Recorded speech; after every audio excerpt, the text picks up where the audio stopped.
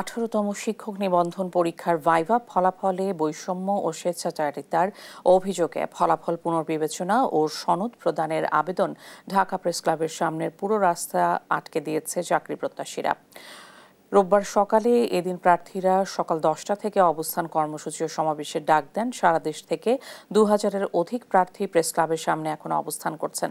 বিক্ষোভকারীরা অভিযোগ করেন প্রায় 23,000 ভাইভা বঞ্চিত প্রার্থী বৈষম্য ও জুলুমের শিকার। অনেকেই সবগুলো প্রশ্নের সঠিক উত্তর দেওয়ার পরও ফেল করেছেন।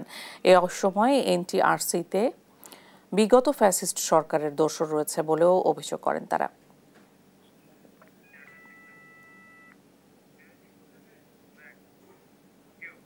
প্রেস ক্লাবের সামনে শিক্ষক নিবন্ধন পরীক্ষায় অনিয়মের অভিযোগে আন্দোলনরত শিক্ষকরা রাস্তা অবরোধ করেন। পরে পুলিশের সঙ্গে তাদের ধাওয়া পাল্টা ধাওয়া হয়। সেখানে রয়েছেন সহকর্মী হাসান মাহমুদ, সরাসরি যুক্ত হচ্ছেন তিনি। হাসান, আন্দোলন আর অবরোধ সম্পর্কে বিস্তারিত জানাবেন।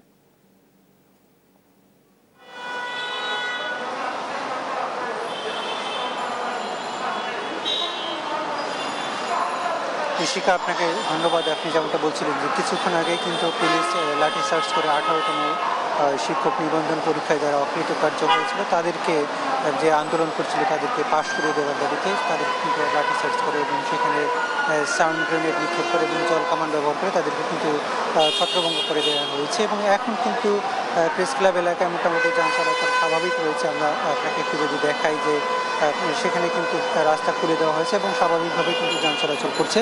যদিও এখন পর্যন্ত যারা আন্দোলনকারী তারা কিন্তু রাস্তার আশেপাশে আসলে তাদেরকে কোথাও দেখা যাচ্ছে না, মোটামুটি তারা এখান থেকে সরে গিয়েছেন। আমরা সকাল 11টার আগেই কিন্তু প্রেস ক্লাবের সামনে যে রাস্তাটি, অর্থাৎ হাইকোর্ট মোড়ের যে মোড়টি রয়েছে এবং তার সামনের যে রাস্তাটি, পুরো রাস্তাটি কিন্তু বন্ধ করে দেয় এবং পরবর্তীতে আন্দোলনকারীদেরকে আসলে কয়েক দফা এখান থেকে রাস্তা ছেড়ে দেওয়ার কথা বলা হলেও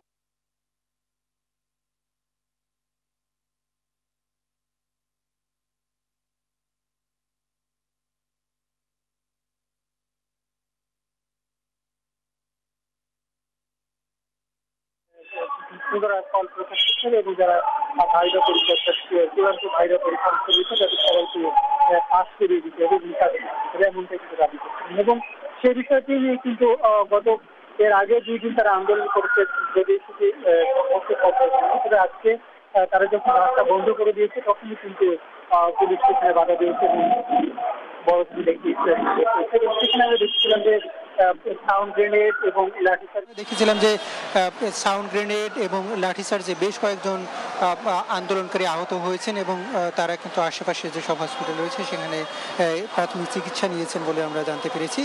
এখন পর্যন্ত আমরা দেখেছি যে তারা আশেপাশের আসলে রাস্তার কোথাও সেভাবে দেখা যাচ্ছে না। পুলিশ কিন্তু পুরো এলাকাটি স্বাভাবিক অবস্থায় নিয়ে এসেছেন এবং সেখানে অনেকটা যান চলাচল স্বাভাবিক রয়েছে। যদিও প্রেস ক্লাব এলাকায় একাধিক আসলে আন্দোলন হয়ে থাকে, ফলে সেখানে কিন্তু মানুষের যে সমাগম সেটি কিন্তু অনেকটা বেশি প্রতিদিনের মতো আজকে দেখা যাচ্ছে। তবে এমনি যান চলাচল যেটি সেটি কিন্তু অনেকটা স্বাভাবিক রয়েছে। তো এই ছিল আমার কাছে এখান থেকে সবশেষ পরিচিতি। শিকার হাসান, অনেক ধন্যবাদ আপনাকে।